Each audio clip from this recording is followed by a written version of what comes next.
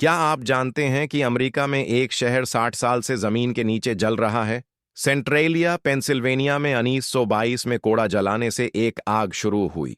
ये आग जमीन के नीचे कोयले की रगों में फैल गई और आज तक जल रही है। इस खौफनाक आग ने हजार लोगों को अपने घर छोड़ने पर मजबूर कर दिया। जमीन में जहरीले गड्ढे बन गए, जिनसे जानलेवा कार्बन मोनोऑक्साइड गैस निकलती है। सरकार ने आग बुझाने की कोशिश की, लेकिन नाकाम रही। आज भी कुछ लोग अपने बर्बाद घरों में रहने से इनकार करते हैं। खाली सड़कें और टूटे हुए घर किसी डरावनी फिल्म का मंजर लगते हैं।